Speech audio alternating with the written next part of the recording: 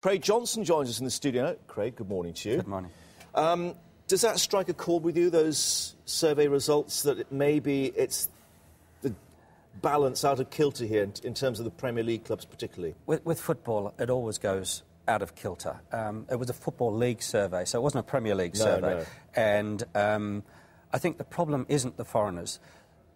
I say we, I'm Australian, but I love England. I've lived here all of my life.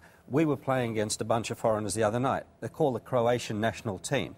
The touch on all of those players was better. They've qualified for the European Championships, and England haven't because the touch wasn't there. But more alarmingly, this time around, the heart wasn't there that we're used to seeing from an England performance. And they've beaten us twice in that particular round. But you can do as many surveys as you like. The manager and the players were to blame the other night, right? We thought there would be a rallying comeback. There was for 10 minutes, but that was it. You look at your rugby team, right, how well they did in the World Cup just gone. You look at the cricket team. Englishness is about the fighting spirit. Yeah. What they are lacking is the foreign touch and finesse. This is interesting because the survey, again, in terms of lack of motivation among England players, only 3% of them thought that was the case. But, I mean, certainly, as you say, in terms of the passing, the finishing, and just looking at where the players were, you knew Croatia were going to do something every time they got the ball. When an England player got it, you thought, well, you know, what's going to happen? Mate, boot it up the field to Peter Crouch. This time around, I still haven't forgiven what happened in the World Cup against Trinidad and Tobago and the other lesser teams. Every time a World Cup comes along or a European Championship, it's the same debate, simply because the touch is not there, and that drifts down to the grassroots. But one would think that with all these foreign players in the Premier League, that our English players would actually learn and look at their skills. Mate, that is exactly the issue, and that is exactly what should be happening, but it's not. Kevin Keegan said it when he was England manager.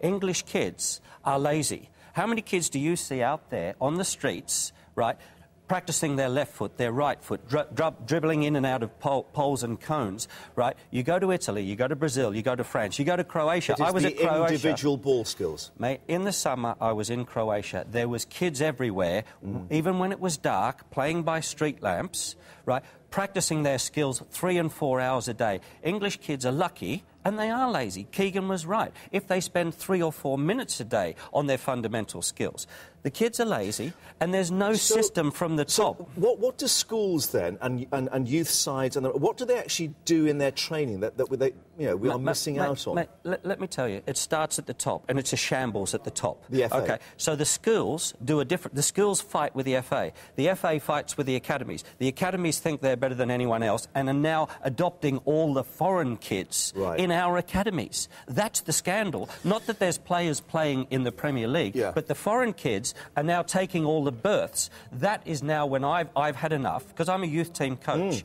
I developed a systematic database for skills, and I presented it to the Premier League chairman, whereby we could measure the foreigners' skills and say to the English kids, go and practice those skills and put your homework, your skills homework, every day into a database. And the case is that at the moment, those English kids just haven't got the skills to match up to these foreign youngsters coming into these academies. Absolutely, absolutely. We did a test. We tested the English kids, 11, 12, 13-year-old, against the Italian kids, against the French kids, against the German kids, and the results were that stunningly bad for English football, I wasn't allowed to publish them.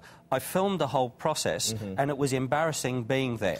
Right, so when the FA talks about a root and branch reform, they're right. Yes. But the issue is, what do they believe root and branch reform should be? But, mate, it's root and branch by the FA themselves, delivered by Brian Barwick and put to the directors.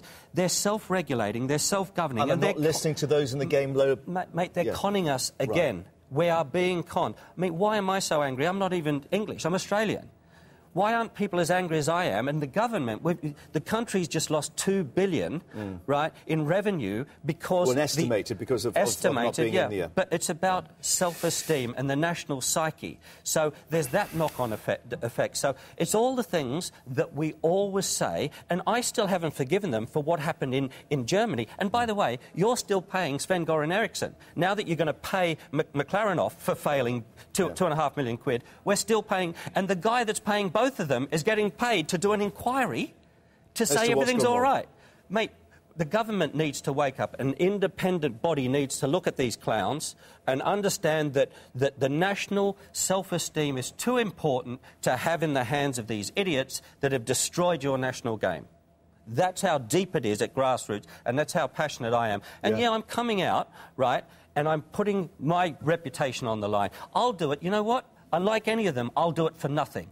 I will give you a report on who's kidding who here. Mate, you should be really upset with these people. As you obviously are. But very interesting points, because clearly there'll be many others in the game feeling very much like you do who haven't had their voices heard. That's right. All right, Craig, thank you very much.